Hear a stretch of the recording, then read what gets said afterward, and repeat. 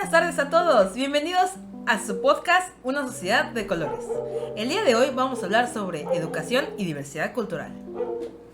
Como bien sabemos, la diversidad se puede dar o puede verse dentro de la diferencia o la distinción entre las personas. Esto quiere decir que, por ejemplo, los niños, ¿cómo ven la diversidad actual?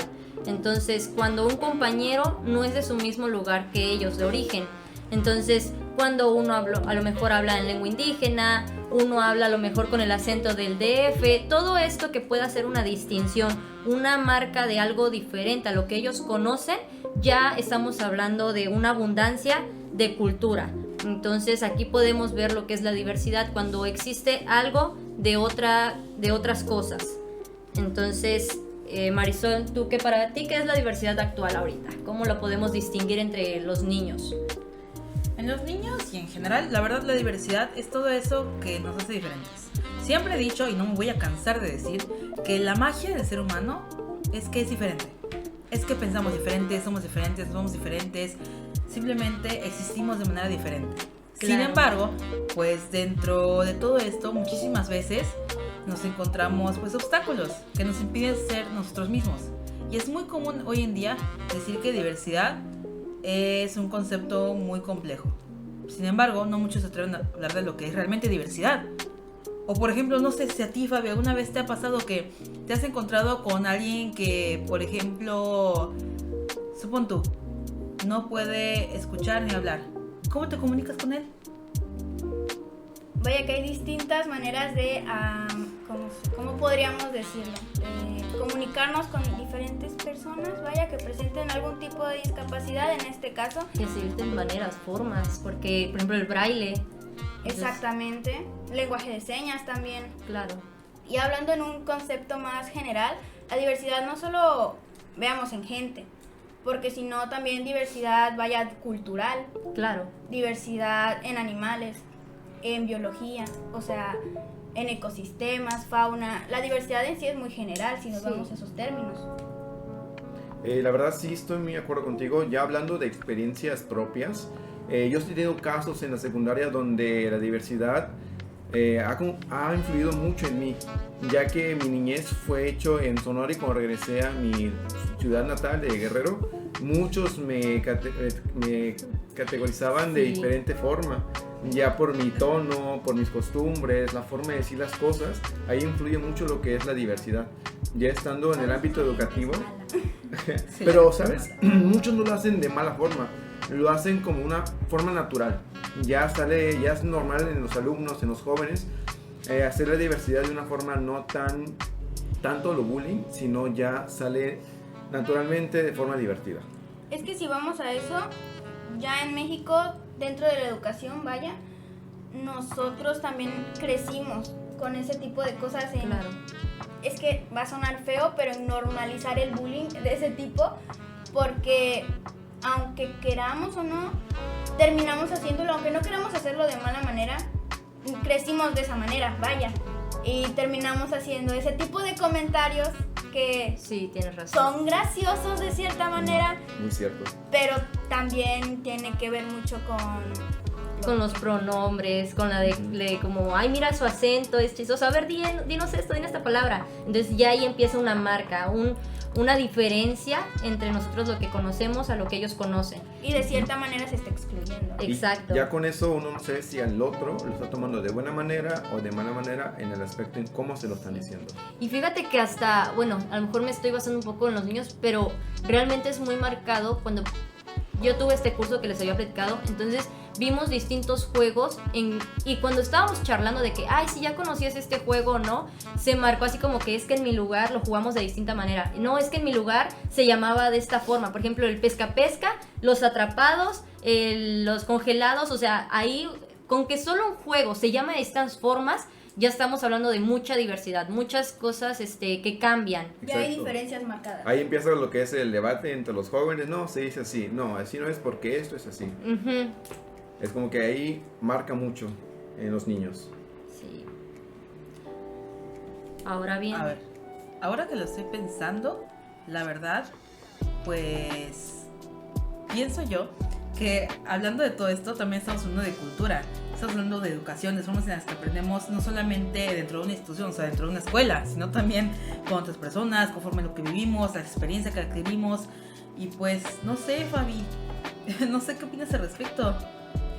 ¿La cultura, tú dirías que es parte de la diversidad o no? Yo diría que sí, es parte de la diversidad.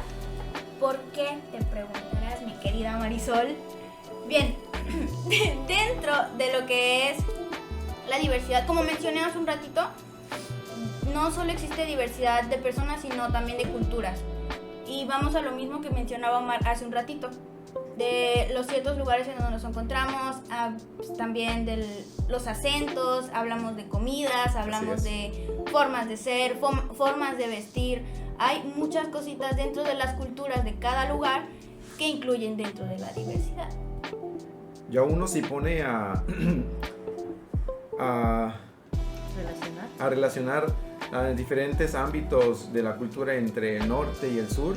Va a haber muchas diferencias, diferentes culturas, diferentes formas de hablar, diferentes formas de convivir y diferentes maneras en que cómo la gente se relaciona ahí. No sé, Paola, ¿cómo ves esto? Si lo ves bueno, si ves que aquí la diversidad marca mucho. Claro, bueno, ya tomando todos los puntos que ustedes han comentado, la verdad es que ya metiéndonos dentro de la parte educativa, dentro de nuestra experiencia, lo que hemos vivido a lo largo de nuestra carrera también, existen pues los aspectos que son fundamentales para poder tener una educación intercultural, que por ejemplo, si vemos la educación busca preparar a los alumnos y a las alumnas que vivan dentro de una sociedad que puedan tener una diversidad cultural, así que se podrá considerar como, por ejemplo, si nosotros vivimos aquí, nuestra lengua materna es, por ejemplo, la parte del español, pero, por ejemplo, si nos vamos a otras escuelas, por ejemplo, la Salle o el colegio inglés, que realmente mi compañera Fabiola me ha dicho luego sus experiencias que tiene en la primaria, de que hay niños que le hablan totalmente en inglés, entonces ella también tiene que adaptarse o, por ejemplo, hablar con ellos y también explicarles algunas palabras para que ellos conozcan nuestra lengua materna. Entonces, ¿qué aspectos nosotros tenemos que son, por ejemplo, la pertinencia? Tenemos la parte de la convivencia al momento de que aprendemos a convivir y aceptar estas partes, estas diferencias, y la inclusión, porque tenemos, a fin de cuentas, ya una vez que estamos conviviendo, también tenemos que incluir a lo mejor las culturas de ellos y que ellos también conozcan las de nosotros. Por ejemplo, Halloween, queramos o no, lo celebramos y no es nuestra cultura, no es nuestro día célebre, pero nosotros lo festejamos y nos vestimos y todo. Pero el Día de Muertos es de México y aquí no nos estamos vistiendo, no se viste, no se pinta ni nada de eso, pero sí se celebra a lo mejor con los altares, la comida de nuestros familiares, recordar. Entonces ahí ya tenemos una convivencia y una inclusión dentro de culturas. A ver, algo que mencionas ahorita es que, si se dan cuenta, todo lo que hemos hablado todo es como, por ejemplo, esas culturas, costumbres, tradiciones, etcétera, etcétera, idiomas, todo eso nos hemos ido, no apropiando, pero sí se ha compartido a través del mundo. O sea, y un concepto muy importante que ha tomado fuerza a lo largo de los años es lo que es la globalización o el poder de las redes o comunicación, redes hablando de concepto general. ¿Saben por qué? Porque realmente cosas como festividades, como por ejemplo mencionaban Halloween, ahora tienen un impacto para nosotros que no somos ni de la cultura, ni del país, ni nada. Pero por ejemplo, cosas muy curiosas como acá en México es lo que tenemos, la tradición del bordado. Los bordados sí, en playeras, en vestidos, etc. Y ahora marcas internacionales como lo son Balenciaga, Gucci, Prada nos están, no iré copiando, pero sinceramente se están inspirando, como bien ellos lo dicen. Y el precio, o sea, exactamente, y le dan un valor que, más alto que, por ejemplo, acá en México es un valor al público, emocional, exacto, cultural, mexicano más que nada, o sea, propio de la nación. Sin embargo, ahora alrededor de todo el mundo la gente se ve inspirada y le llama la atención este tipo de diseños, ya que son bastante peculiares y estamos hablando de una apropiación impresionante de las culturas y de una interculturalidad, ya que pues buscamos fortalecer pues la comunicación entre personas, crear personas con valores humanos de respeto, igualdad, o sea, de cooperación y responsabilidad social. Porque la responsabilidad social, pues es el aprender no a aceptar, sino a entender, comprender y ser empáticos con todo lo que existe que es diferente a nosotros. Que de ahí mismo viene el concepto de diversidad. Claro. Pues es que realmente se nota mucho un estereotipo dentro de... Oye, yo quería retomar el tema que mencionaba Marisol de cómo marcas hacen la ropa mexicana, digamos de cierta manera, y le elevan el precio. Hace un tiempo, unas marcas tipo Zara, Bershka, estuvieron plagiando ropa de artesanía, o sea, que artesanos mexicanos hacían, obviamente de mala calidad, y terminaba siendo unas 3-4 veces más caro. Y era totalmente plagio. Entonces también no se le da ni créditos ni nada a la verdadera persona que creó todo y que está detrás. Nada más el diseño como tal lo copian y a la venta.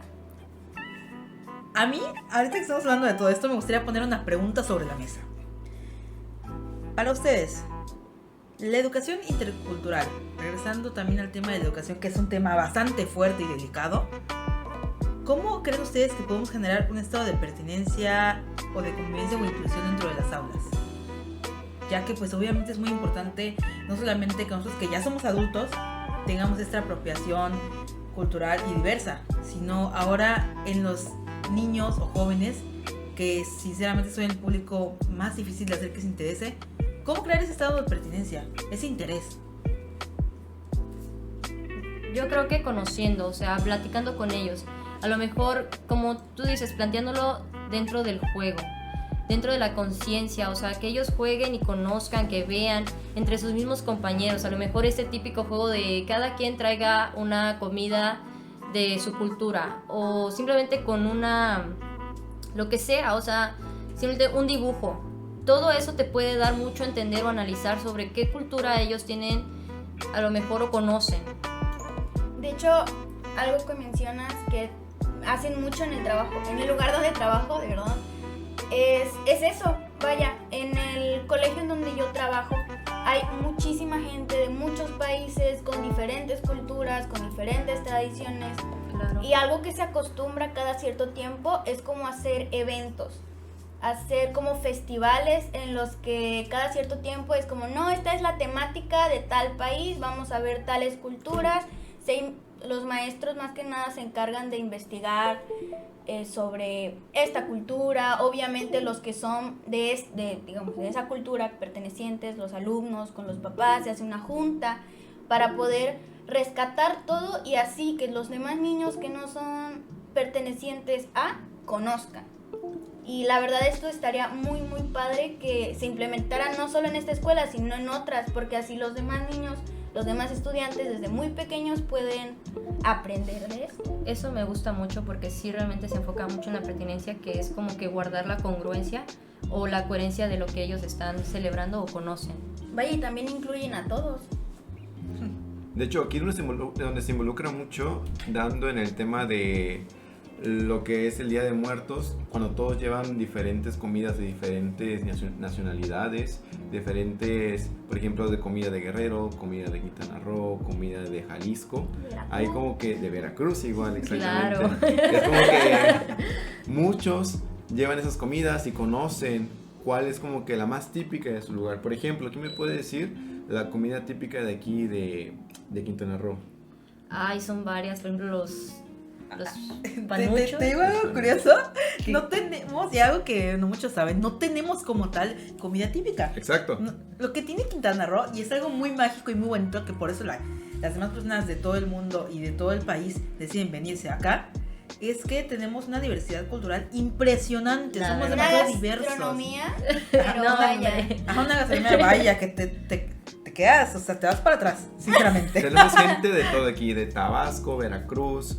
Mucha gente se ha venido acá y ha creado una sola cultura entre muchos lugares. Sí. Sí, así es. Y nosotros tenemos un poco de todo y precisamente eso es lo que crea lo mágico y lo lo realmente nutritivo en cuanto a gastronomía, en cuanto a cultura, en cuanto a tradiciones, en cuanto a lenguas, en cuanto a todo. Obviamente lo que más predomina dentro de la región pues es lo europeo.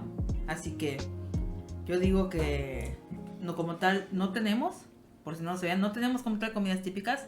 Sin embargo, tenemos un escudo, un traje típico, tenemos ese tipo de cosas que nos hacen pues distintivos. Un himno. De hecho, ahorita hablaste sobre lenguas. Sí. La verdad, aquí en Playa del Carmen se habla mucho de la lengua maya. La verdad, cuando llegué aquí y me dijeron que había una lengua maya, yo no la conocía, me hablaron de ella, me hablaron de esa forma y la verdad me quedé asombrado de cómo se dice, de cómo se puede llegar a aprender, de la forma en que se puede armar algunas frases, o igualmente escuchar, por ejemplo, mi segurita habla maya, y cuando habla por teléfono, la verdad yo siento que habla español, pero siento que se está trabando a hablar, pero en realidad es maya, y la verdad yo no entiendo nada. Mi novia sí, pero ella lo que tiene es que no únicamente le entiende, pero no lo puede hablar. Fíjate que con ese ejemplo que diste realmente sí te entiendo. ¿Por qué? Porque realmente esa lengua se ha ido perdiendo, realmente se ha ido perdiendo durante los años, porque mi mejor amiga, su familia es maya, o sea, literal aquí todos los años ha estado, su abuela es maya, su papá lo habla, lo escucha, habla con su abuela. Cuando yo he ido a su casa es como que su papá y su abuela hablan en maya y yo no los entiendo, y así de, ¿hablarán de mí? Exacto, no sé, exacto. pero mi amiga nada más lo escucha, me dice, es que sí les estoy entendiendo, les entiendo, pero no lo puedo hablar, o sea, ella no lo ha aprendido. Entonces me doy cuenta de cómo las generaciones ya no les interesa, a lo mejor no tienen interés por aprender su lengua materna, a fin de cuentas, o sea. Entonces le digo a mi amiga, pero si lo escuchas, ¿nunca has intentado hablar lo que sabes o algo? Me dijo, es que no, o sea, yo, pues, o sea, mis amigos hablan el español, o sea, entonces ya no tienen interés por seguir con esas raíces. Sí, así se va perdiendo lo que es la lengua maya. Y su abuela, de hecho, como ella tiene un hijo, su abuela ha querido como que es que él va a hablar, le voy a enseñar el maya, o sea, la lengua de nosotros. Y pues, realmente no, o sea. Hace un tiempo, hablando de eso, en una revista, creo que de National Geographic, no sé por qué llegué hasta ese lugar, pero sí estaba leyendo que, por ejemplo, la lengua maya, ya en esta zona, casi no lo escuchas, casi no se habla tanto como se habla, no sé, en zonas como pueblitos Exacto. o en zonas más pequeñas que son de la región. Pero hay lugares tipo Chicago o Canadá que las imparten como materias, así como a nosotros el inglés, a ellos la lengua maya. Claro. Entonces, ellos sí ya de que la están llevando, de que están intentando tener una apropiación cultural con nosotros y nosotros ni siquiera hemos aprendido de cierta manera. Fíjate que creo que a mi primo, en la universidad donde estamos, en el tecnológico, él está estudiando la carrera de enfermería. Y literal tienen la materia de maya. Y ¿Es verdad? Tienen la materia de maya, se les imparte. Y mi primo ahorita que estuvo en la materia y todo, sabe algunas palabras y les enseñan, o sea, palabras, acento, el origen, los antecedentes de esta lengua. Y no lo sabía, o sea, no sabía que se impartía la parte de enfermería, el maya. La verdad, me impresiona mucho todo esto. A ver, ya hablamos de todo lo bonito. Sin embargo, quiero hacer hincapié en que así como hay cosas hermosas en cuanto a la educación, la diversidad, la interculturalidad, la convivencia, la inclusión y todo esto, ¿por qué no hablamos de la parte negativa? ¿Qué es lo que sucede actualmente? Acá en México, porque pues es lo que les interesa. Si ustedes no sabían, el 40% de la población indígena ha sufrido de algún tipo de discriminación. El 58% de personas con discapacidad también. Y las personas han sufrido en un 41% discriminación religiosa. Díganme ustedes, ¿en qué cabeza cabe que tengamos estos números que a mi parecer son demasiado altos predominando en México? Todo esto de la discriminación, del tipo de estereotipos que se tienen, de todo lo que hablas tú, que mucha gente expresa, dice, sin una conciencia, sin un conocimiento hacia estas personas, crea realmente un impacto negativo en todo lo que debería de ser realmente la inclusión y la diversidad. Porque la diversidad es magia, la diversidad es diferente, la diversidad no se trata de decir esto es anormal, sino es simplemente diferente. Es una perspectiva, una forma de vida, un pensamiento diferente. Así que no sé qué opinen ustedes de todo esto, porque la verdad a mí son cosas que me alarman, que me impresionan y que me decepcionan inclusive del ser humano. Claro. A mí me llama la atención que esto que dices, porque tienes mucha razón. Y sabes que también me recuerda una frase que es la de: el peor enemigo de un mexicano es otro mexicano. Porque Sí. muchas culturas de afuera, muchos países, como que hablan siempre de México, vienen a vacacionar a México por nuestra diversidad en comidas, en lugares, en playas, en todo lo bonito que podemos ver. Pero una vez que nosotros estamos aquí, por ejemplo, nos burlamos de nosotros mismos, de que si tenemos esto, de que si tenemos el otro, que si nos falta, que otros países son mejor económicamente y así. Pero no se dan cuenta que nuestra diversidad, al ser explotada, puede ser algo mágico. Y les damos a otros de qué burlarse. O sea, mientras nosotros nos burlemos, les damos a otros los puntos de vista que no tienen. Entonces eso también, como dice Marisol, es algo alarmante. La verdad, un punto donde comentaste es igualmente lo que es en la religión. Siento que aquí en México es un punto muy relevante, ya que las familias mexicanas son muy religiosas. Ya sea que unos pueden ser cristianos, otros pueden ser ateos, o igualmente en las familias existen hijos que prefieren ser de otra religión y la familia prefiere que él no sea de eso. Y ahí existe una negatividad, una mala convivencia, mala comunicación entre la familia, y eso hace que el niño y sus padres como que no tengan como que esa parte positiva en la convivencia, y ya sea algo más negativo en que no logren tener como que esa comunicación y tengan estas diferencias. Así que no se ocupien de ese lado religioso. Sí, es muy notable, la verdad. Sí, es muy notable y la verdad es una cosa impresionante, bastante impresionante y bastante compleja de hablar. Y la verdad, ya hablamos mucho de todo esto, así que para cerrar y antes de terminar, me gustaría preguntarles, ¿ustedes de qué color ven el mundo? Y con eso esperamos que les haya gustado mucho el capítulo del día de hoy. Esperamos que se suscriban y que nos sigan a través de nuestras redes sociales. Nos vemos a la siguiente y recuerden, una sociedad se ve mejor de colores. Adiós. Nos vemos. Bye.